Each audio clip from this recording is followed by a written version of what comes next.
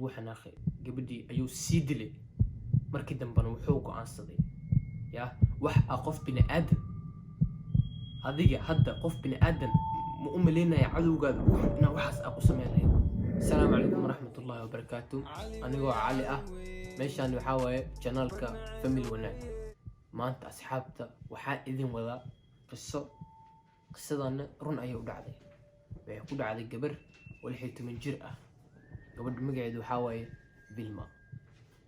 فيلما أيامها نقودن بيسي وحي قبستي ميلها أو بوشيدن سوشيال ميديا إيو إذاعوينك gabadhan Vilma la dhahayo waxa waaye gabar Swedish asal ayadoo yar oo 15 jirto ayay iskuulka waxay ku bartay wiil Tishko Ahmed la dhahayo Tishko Ahmed waxa waaye wiil oo Arab oo asalkiisa Suuriyan gabadhii iyo wiilkii xiriir ayaa ka dhaxmaray way isjeclaadeen saaxiib ayay noqdeen Ahmed gabadhu wuu ka weynay أحمد وحجري شديد طبعا أحمد يجبده حرير أي أحمر أوين جبدي أي ضير لكن سا وحيلات دقيل فملي كده مرمرنا مع المها ويك إندي جالس بدقي أحد عمل وحي أقولته قول أحمد أي رجوكته ضد كان على قدوده وفعلا أو أضي أو استحناق وحس من أحمر سحيبة أي أهان وإشتعال جيرين وحنا أو حن ما نحمر وحس وحده هاي والدين تا فيلما هبينها كميت وصنت ك لابد يكون إسرائيلي تمنك هي فيلما مالين ساعد أي هاي تضرب الساعة كلام نمو أي هو يدي كتري وحن آذي يا جوريجا أحمد فيلما وي بحذي جوريج ميكي كبحذي جوريج أحمد التكتير ومالينتاس وحي أهد مالينتا فيلما فاميلي جيدو ودن بيسي إلا هدا فيلما لما أوغا ميل أجرت شيكاد أياني شيغا مارك فيلما ويبحدي قوريق أحمد أيا تكتب سيدي مالين كستمكي قوريق أحمد ماتو عادي سيدي إسوغي جرتي وإسلامي جيرين ويفديستين ويشيكستين عنتا أيا سلوعنين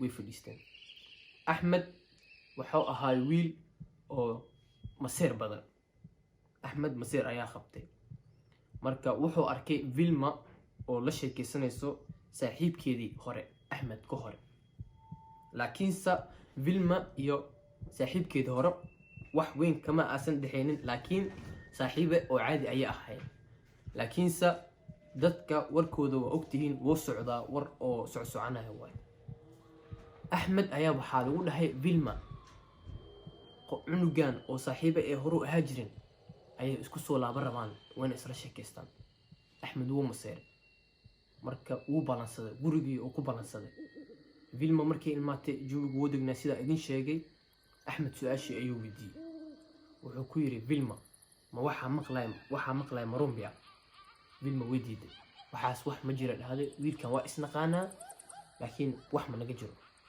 Ahmed wuu isbedelay sheekadan Ahmed ayaa ka sheekeynay markii oo ciidamada soo qabtay Ahmed wuu xanaaqay wajigiisa ayaa isbedelay su'aashi ayuu ku celiyay wuxuu yiri Vilma adii ninkan wax ma idin ka dhaxeeyay Vilma weydiiday Ahmed inuu dilo bilaa gabadhi xoog yani hadalka uu ugu dhali waayo wax laakiin xoog ayuu bilaa Ahmed gabadhi inuu dilo bilaa gabadhi وفيري يعني سي أسقف أسعمل أيو قدل أو نرجع عمل أيو قدل شيء كذا أنا وحشي جاي أحمد مركي أو محكمة أوجوي يعني أسوقرت إنه أسي أو واحد أسمي هو يري وادي اللي قبدي هنا يعني أحوق وصبح يا ربي أي سميني بالمحدة بالموسي وين إدارة وحدة أنا جسام كوم أوجين أنا هنا وايد خانة وحن ما سمين أحمد وحنا أخي gabadhii ayuu sii dilay markii dambana wuxuu go'aansaday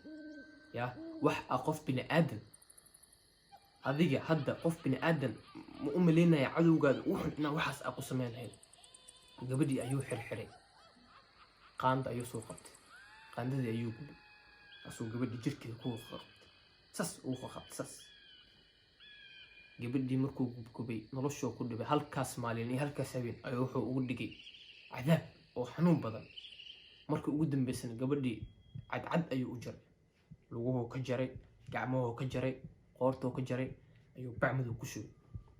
gabadhii wuu xareystay.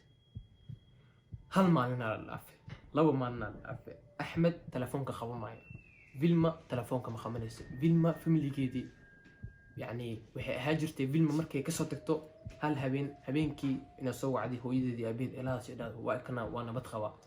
laakiinse habeenka vilma qof ma soo wicin, hooyadeedan ma soo wicin, aabeedan ma soo wicin. maalintii kale vilma qof ma soo wicin, hooyadeedan ma soo wicin, aabeedan ma soo wicin. markii dambe vilma hooyadeeda ayaa waqtiin hooyo inay markasta ilmeeda ka ogasho, hooyo ayaa vilma wacday. vilma telefoonkeeda way qaboweynaysa. axmed ayuu wacday, axmed wuu qabo waayay. markaasi ayay odaygii oo vilma dhalay u sheegtay.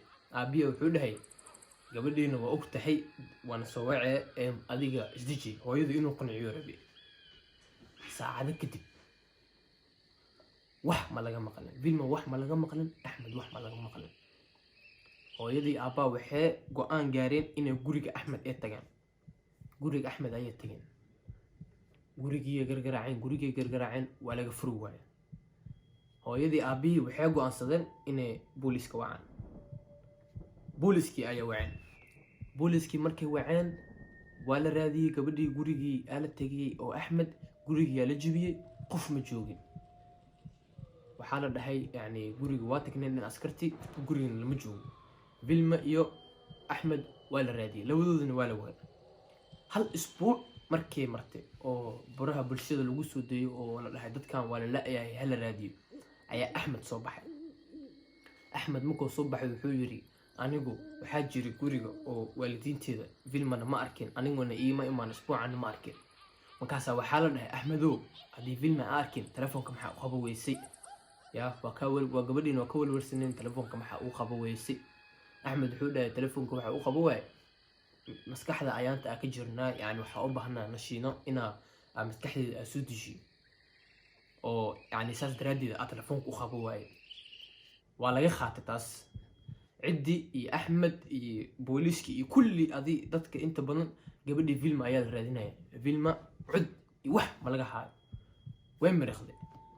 maalmo kadib ayaa axmed yani adi qof markaa dhiig islaameed aagishid يعني noloshaada wax fiican ma kula naqanaysa, ma fahamtay? axmed stress ayaa qabtay, wuu cabsaday, yani asina inkastoo wiil dhalinyaro ah 18 uu jira bis.